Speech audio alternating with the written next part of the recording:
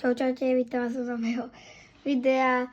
Dneska som poslednej dobe som taký úplne, že mi je tak na smiech všetko a som tu kúpil tento Miller a tu si pozriem zloženie.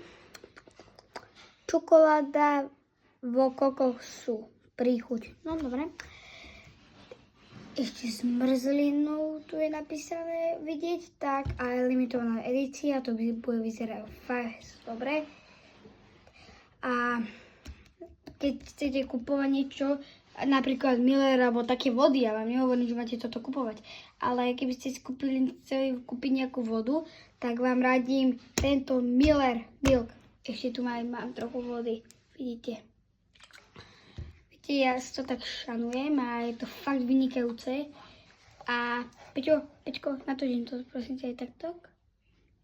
Je také čierne, ale je to fakt dobré fest a verím, že vám to bude chutiť.